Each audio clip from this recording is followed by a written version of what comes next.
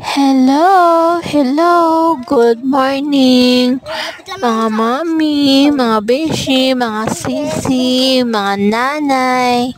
Good morning po. Papunta kami niyan ng aking pamangkin sa Malabon at kukuha po kami niyan ng dahon na bitoon. Kasi po may mayuma po ako.